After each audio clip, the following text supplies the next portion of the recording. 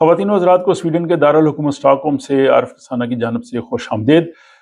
आज की वीडियो में हम बात करेंगे जो स्वीडन में रहने वाले हज़ारों गैर मुल्कियों के लिए बहुत ही अहम है, और उन लोगों के लिए भी जो अक्सर शिकायत करते हैं कि आपको इमिग्रेशन के हवाले से जो है वो परेशान कुन ख़बरें मिलती हैं और अच्छी खबर जो है वो कम कम मिलती है। तो आज के व्लॉग में माइग्रेशन के हवाले से अच्छी खबर शामिल है, और हज़ारों लोग जो इससे मुतासर होने वाले थे उनके लिए मैं समझता हूँ कि ये एक उम्मीद जां फ़िज़ा है।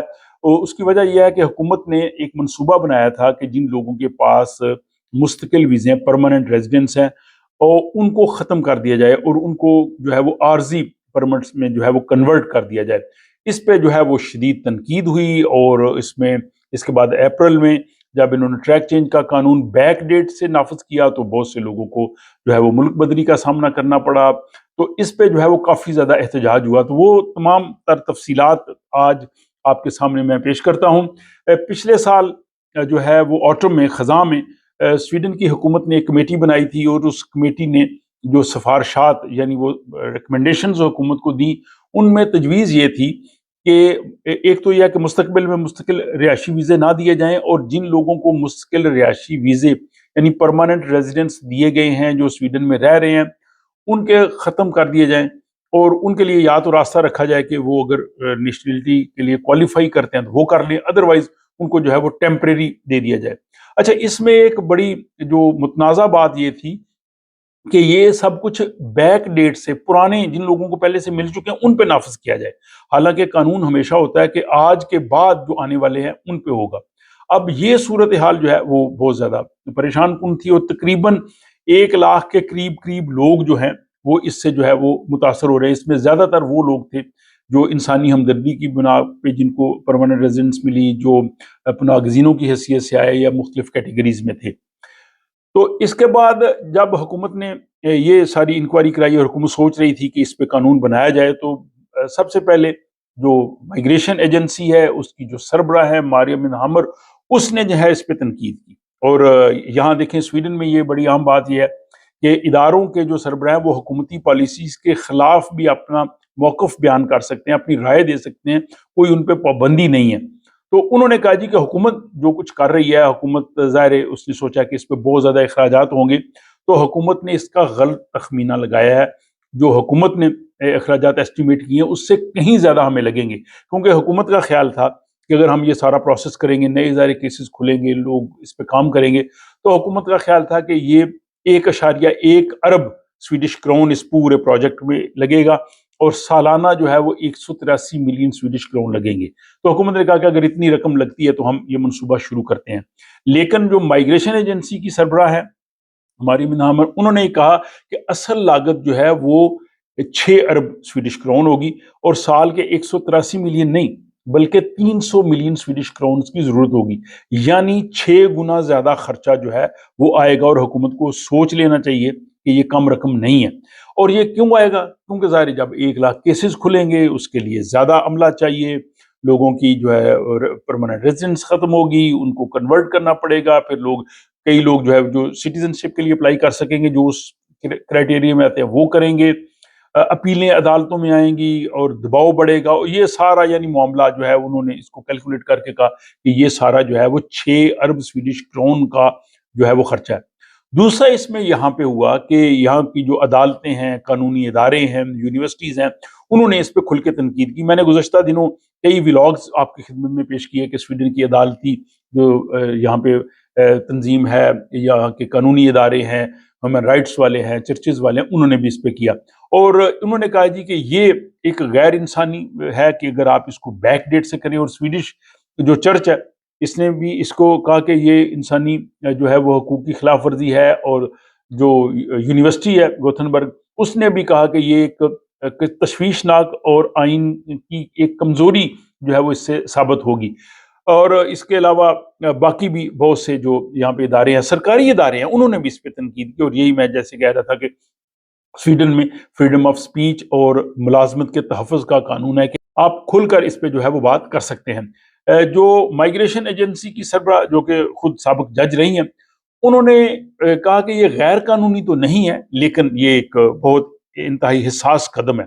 यानी उन्होंने भी اس کی تائید نہیں کی۔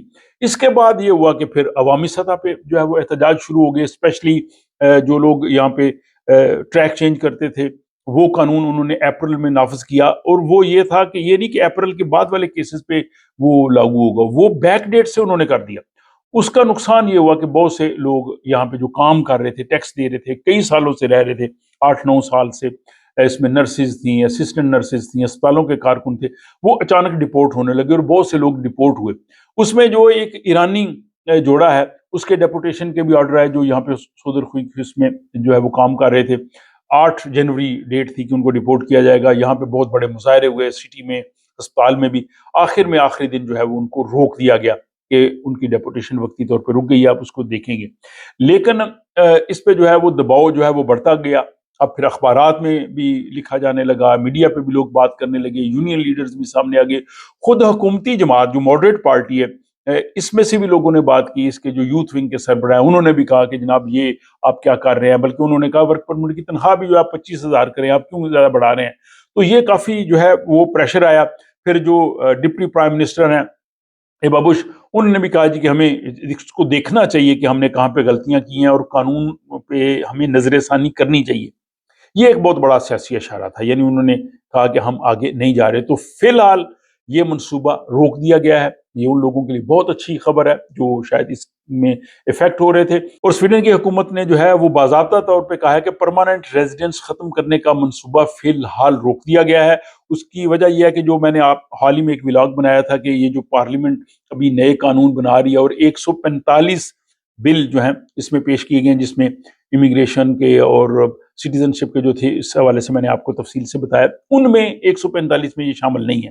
یعنی پرماننٹ ریزیڈنسی والا ختم کرنے والا جو قانون تھا وہ حکومت پارلیمنٹ میں پیش نہیں کر رہی۔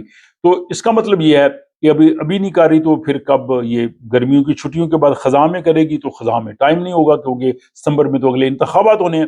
تو اس کا مطلب یہ ہے کہ حکومت جو ہے یا تو اس قانون کو نرم کر دے گی، یا حکومت خاموشی سے جو ہے وہ چپ کر جائے گی اور اس پہ نہیں آئے گی، یا اس کے لیے جو ہے وہ بیک ڈیٹ والا سلسلہ اس کو ختم کرے گی۔ بہرحال عوامی دباؤ کی وجہ سے، اور یہاں کے جو ادارے ہیں ان میں جو لوگ بیٹھے ہیں ان کی وجہ سے، میڈیا کی وجہ سے، پبلک پروٹیسٹ کی وجہ سے، حکومت جو ہے وہ فی الحال رک گئی ہے، اور اب جو ہے وہ اس کو انہوں نے روک دیا ہے۔ اب یہاں پہ جو جن لوگوں کے پاس پرماننٹ ریزیڈنس ہے، وہ جو کسی نہ کسی طرح سے اس میں افیکٹ ہو رہے ہیں، ان کے لیے میرا مشورہ یہ ہے کہ وہ کام کرتے رہیں، وہ ٹیکس دیتے رہیں، ان کو گھبرانے کی ضرورت نہیں ہے، حالات پہ نظر رکھیں، اور اگر وہ سٹیزن شپ کے لیے اہل ہیں، ان کی مدت پوری ہے، ان باقی ریکوائرمنٹ پوری کرتے ہیں، تو اس کی جو ہے وہ آپ تیاری جاری رکھیں۔ اور یہ صرف امیگریشن کا مسئلہ نہیں ہے، یہ مسئلہ سویڈن کی ساکھ کا بھی ہے۔ جو سویڈن پوری دنیا میں لوگوں کو پناہ دیتا تھا، یہاں لوگ آتے تھے، رہتے تھے، اور وہ لوگ جو سویڈن کو اپنا گھر بنا چکے ہیں، جن کے بچے یہاں پڑھتے ہیں، جو یہاں ٹیکس دیتے ہیں، یہاں کام کرتے ہیں، ان سب کے لیے جو ہے وہ بہت ہی بڑا جو ہے وہ مسئلہ تھا۔ اور اس میں سویڈش عوام نے بڑے کھل کے ساتھ دیا۔ جو ایرانی جوڑا تھا اس کے لیے جو ہے وہ ڈاکٹروں نے، نرسز نے، عام عوام نے کھل کے جو ہے وہ مظاہرے کیے۔ تو یہ جناب بڑی خوش آئند بات ہے، اور مجھے امید ہے کہ بہت سے لوگ جو ہیں جو اس میں آ رہے تھے، ان کے لیے ایک تھوڑا جو ہے وہ ایک ریلیف اور تھوڑا سکون کا باعث ہوگا۔ آپ کو اگر یہ ولاگ اچھا لگا ہے، آپ ان دوست احباب کے ساتھ شیئر کر سکتے ہیں جو کسی نہ کسی طرح سے اس سے افیکٹ ہو رہے ہیں۔ اپنا خیال رکھیے گا، اس چینل کو سپورٹ کرتے رہیں۔ ملاقات ہوتی ہے اگلے ولاگ میں۔